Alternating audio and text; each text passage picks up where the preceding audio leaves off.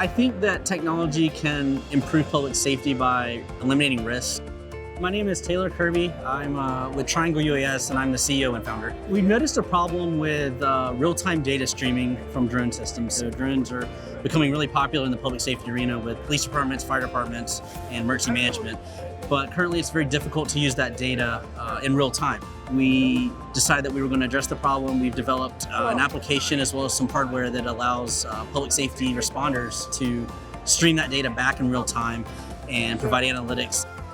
We partnered with the city of Wilson to do testing and app development. They've used it to do damage assessments after Hurricane Matthew. I believe they went out and were looking at different parts of the city that were flooded, so they couldn't even get vehicles there, and they were able to use the drone to go assess what streets were closed. They were piping it back in real time to make real-time decisions on which roads to close and where they needed to focus their recovery efforts. So saving time, money, and of course making it safer. My name is Aslesha Nasrika, and I'm founder and president of Plano Intelligence, Inc. The public safety problem we are solving using our artificial intelligence platform, iNotify. This is the iNotify app installed on an iPhone. And in this case, we have guns detected. Our AI automatically recognizes that, and the light in our app turns red. It gives you real-time intelligence, enabling first responders to prevent fatalities, decrease emergency response times, and quickly identify victims and their needs. The effect of that is that within a second of a gun being wielded in real life, it's possible for a nearby police officer to receive a picture of the gunman and the gun.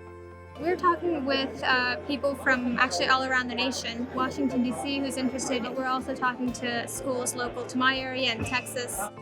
US Ignite has helped us get to this point, really. We ended up winning a prize from them and also the ability to use the NSF infrastructure. So that has been very helpful for us. The US Ignite has given us a lot. They've also given us access to a lot of resources outside of Wilson to help get some user feedback. So we've connected with the city of Burlington, Vermont, for example, and some other governments around the area to get feedback and deploy this on a test case.